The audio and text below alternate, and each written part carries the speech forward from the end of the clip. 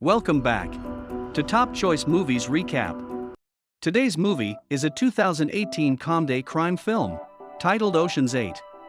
Watch out for spoilers, sit back and enjoy it.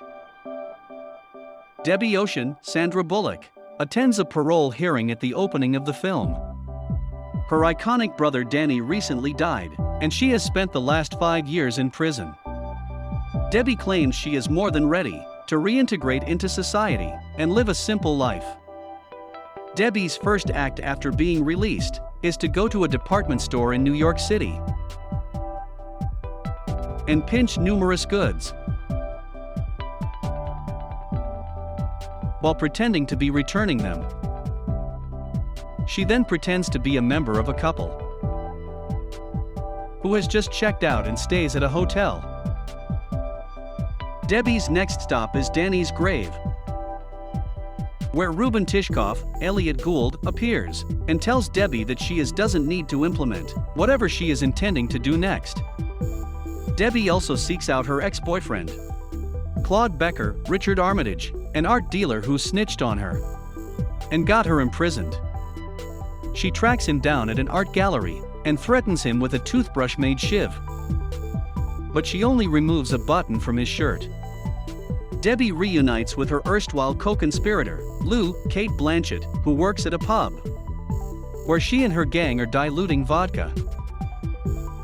Debbie tells Lou about a new scheme she's working on and how she needs Lou's support. They pay a visit to the Metropolitan Museum of Art, where Debbie is plotting a theft in preparation for the impending Met Gala. Lou, on the other hand, lets Debbie stay with her.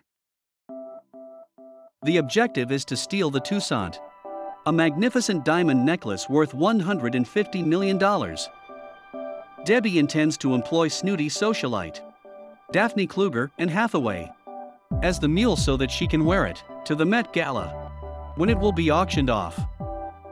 Debbie must first recruit a team. In order to pull this off, Debbie and Lou set out to locate Rose Weil, Helena Bonham Carter, a local fashion designer whose work isn't as well known as it once was. The two find Rose, who is crying and eating Nutella, and suggest the idea to her as a way for her to make some money for herself. Debbie soon meets up with another old acquaintance, Amita, Mindy Kaling, an Indian jewelry maker who lives with her mother and works with her.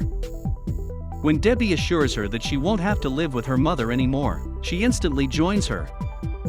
Next, Lou introduces Debbie to 9-Ball Rihanna, a computer hacker who demonstrates her abilities by hacking into the building's electricity line. Debbie and Lou then stumble across Constance Wong, Aquafina, a pickpocketing expert on the street. Finally, Debbie calls another old acquaintance, Tammy, Sarah Paulson, who is living happily in the suburbs with her family.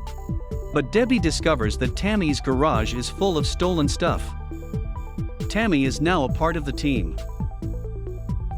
Debbie reveals the plan to the 7 women at Lou's apartment, including how they plan to infiltrate the Met Gala in order to secure the necklace, and each of them will have $16.5 million in 3 weeks. First, the ladies arrange for Rose to meet with a celebrity named Penelope Stern, Dakota Fanning, at a local restaurant, in order for her to be dressed for the gala.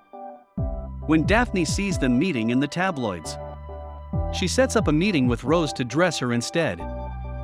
Then they plan for Rose and Amita to visit the Toussaint, in order to persuade the necklace's owners to let Daphne wear it to the gala.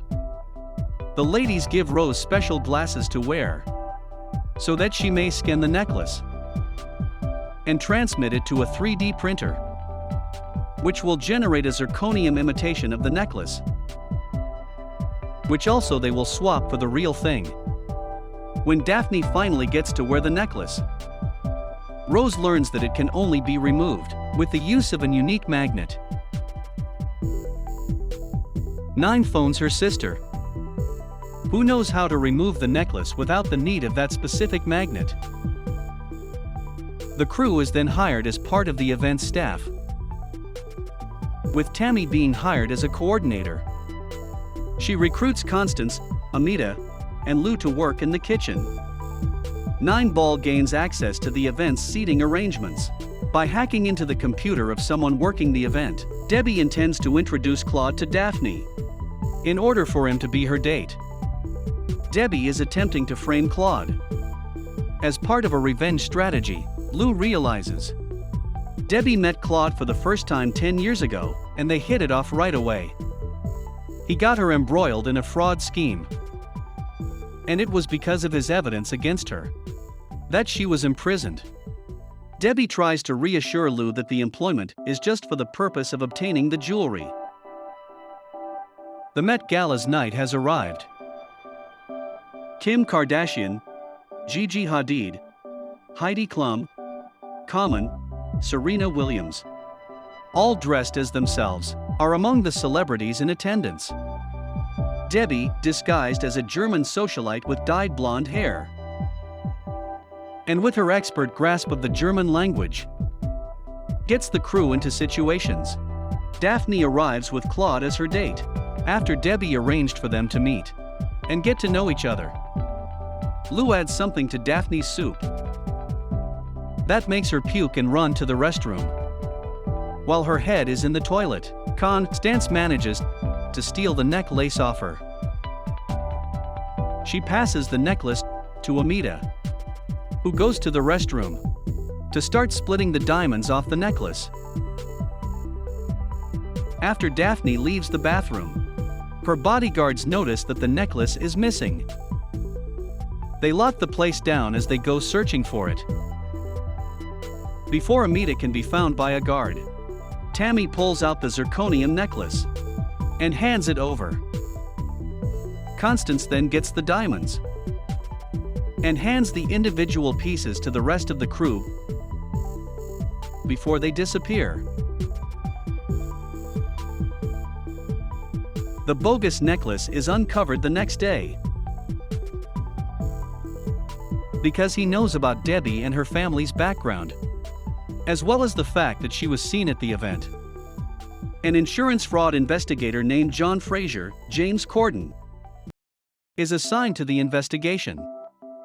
As suspects, Fraser meets with Claude, Daphne's guards, and the gala's personnel.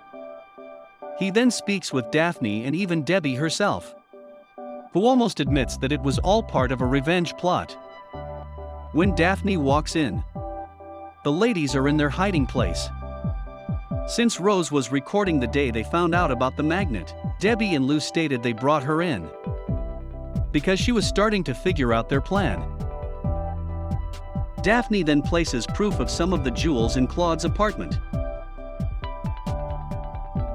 making matters worse for him when he discovers that 4 older people have also placed valuables in his possession. Claude is imprisoned. The gang rejoices, but Daphne points out that snatching one necklace and sharing it 8 ways didn't seem like such a good idea. Debbie then discloses that during the lockdown, they took all of the necklaces from the gala. Lou was aided by the amazing Yen Xiaobo, who breezed through the laser detectors and assisted Lou in securing the things. The ladies break up to do whatever they want, now that they have all the money they want. Amita relocates to Paris with her new boyfriend. Tammy opens and runs a warehouse where more stolen things are stored. Rose opens her own clothing store. Daphne goes on to become a film director and even directs in Hathaway. Lou buys a motorcycle and embarks on a solo cross-country road adventure.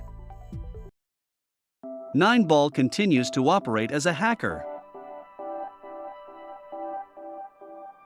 Constance moves to the city and gets her own apartment.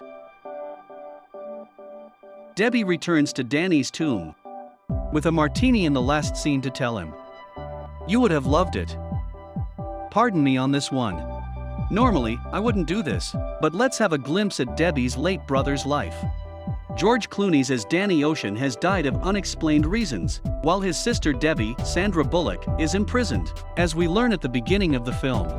The question of whether or not the silver-haired charmer has indeed shuffled off this mortal coil looms over the narrative. Debbie tells her parole board, "My brother, may he rest in peace, was a criminal." She makes a visit to Danny's tomb, which is a beautiful marble crypt that I guess you can afford after robbing the Bellagio.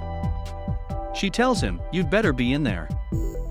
If you've ever seen an Ocean's film, this is the point at which you begin to believe he's not really dead. Danny Ocean has managed to elude high-tech security systems, casino holding cells, and Andy Garcia's grasp. Surely we're supposed to assume he's also escaped death? Debbie isn't the only one. Other characters, too, are obsessed with the possibility that Danny is still alive. When Constance, Aquafina, interrupts the plot to beg for a MetroCard, she compliments Debbie's hot dead brother before asking, "Sure he's dead?" Consider the following 3 examples. As a result, you tell me, is Danny a thief, a liar, and a corpse, or was he merely pretending to be one? Thank you for tuning in. Please feel free to share your thoughts on the movie you just watched in the comments box below, and don't forget to subscribe for more movie recaps to come your way. Stay safe and have a nice day.